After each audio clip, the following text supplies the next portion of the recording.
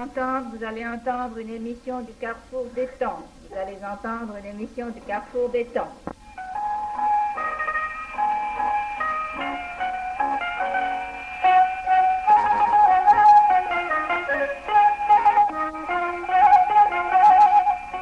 Au Carrefour des Temps.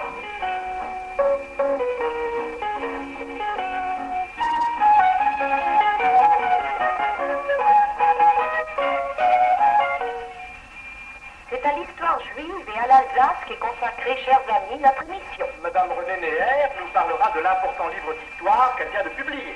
Madame Julienne Hertz nous entraînera dans une promenade par l'Alsace du temps jadis. Et pour ne pas quitter l'histoire et l'Alsace, nous évoquerons une aventure d'une grande figure du judaïsme du XVIe siècle, Rabbi Yosselman de Rosheim. Et puisque Tel Aviv, grâce à l'avion, est dans la proche banlieue de Strasbourg, et que de plus, le kibbutz Ein Anatsiv est jumelé avec notre communauté, voici, pour l'ambiance, quelques pas d'une danse de moissonneurs d'Israël.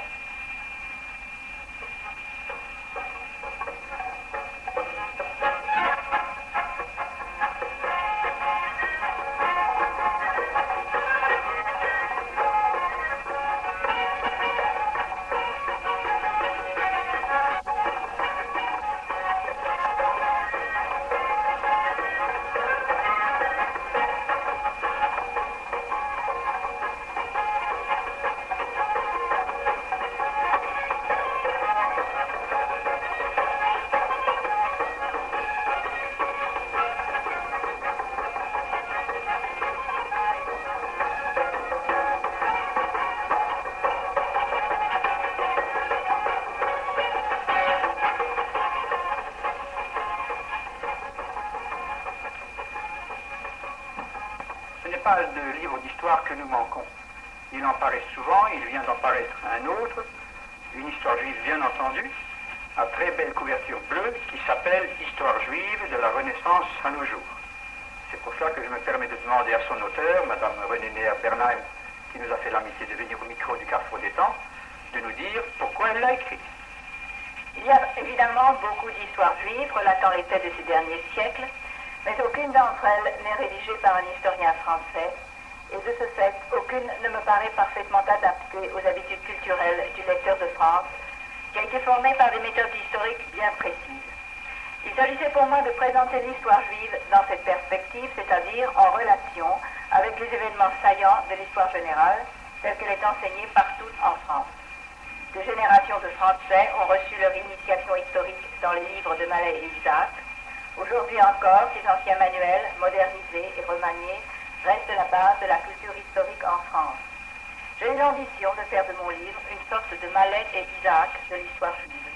Et je dois avouer ma joie d'avoir reçu l'entière approbation de Jules Isaac lui-même, qui avait accepté avec enthousiasme de préfacer mon livre.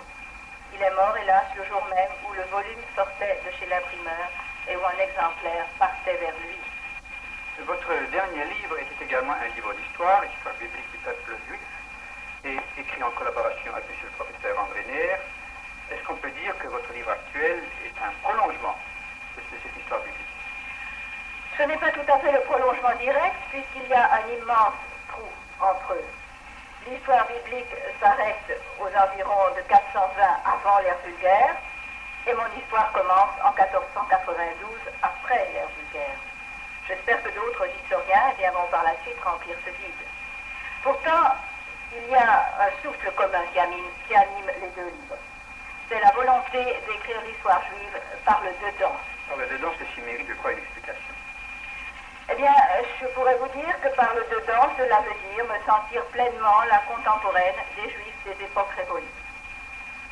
On lit dans la Haggadah de Pessah que tout Juif doit ressentir la nuit du Seder comme si lui-même était en train de sortir d'Égypte. J'estime que tout Juif peut et doit se sentir très fraternellement associé à tous les épisodes de l'histoire de ses ancêtres, pour peu qu'on la lui raconte en termes capables de le faire vibrer. C'est ce but que j'ai visé, et c'est une des raisons pour lesquelles j'ai donné une place importante dans mon livre à des documents d'époque, que j'ai choisis surtout pour leur valeur dynamique et suggestive. Je dois dire que les illustrations occupent dans les livres de Mme Renée Neher une place tout à fait spéciale. Je ne pense pas que ce soit gratuitement. Non, Les illustrations répondent, elles aussi, à cette même recherche du vivant. J'ai délibérément écarté ce qui aurait été documentation ou image d'érudition pure. J'ai recherché des portraits, des scènes, des objets, des textes, autour desquels l'imagination du lecteur puisse aisément reconstituer une tranche de la vie juive de jadis. Était-ce difficile?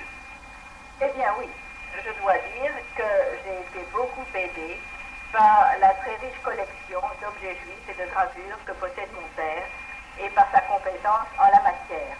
Et je suis très émue de cette collaboration entre père et fille qui n'est après tout pas tellement fréquente dans la littérature. Mais des voyages et des amitiés dans divers pays m'ont également permis d'arriver à ce résultat qui est, je crois, à plus intéressant et original. Je crois que la conclusion, il faut l'emprunter au préfacier Jules Isaac, qui déclare « Voici un ouvrage qui fera brèche dans l'épaisse muraille de la sottise humaine ». Je rappelle le titre de l'ouvrage, « Histoire juive de la Renaissance à nos jours » par Madame René Neher.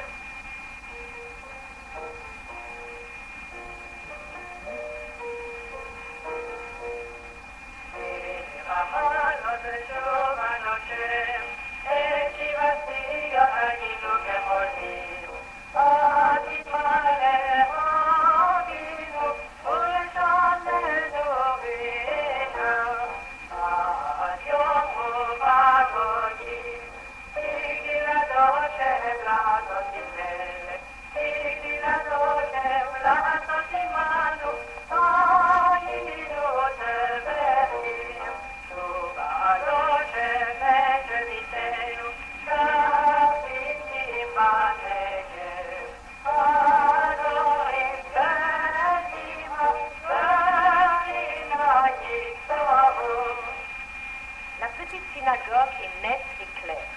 Sur l'Aron HaKodesh, on a posé un très beau rideau.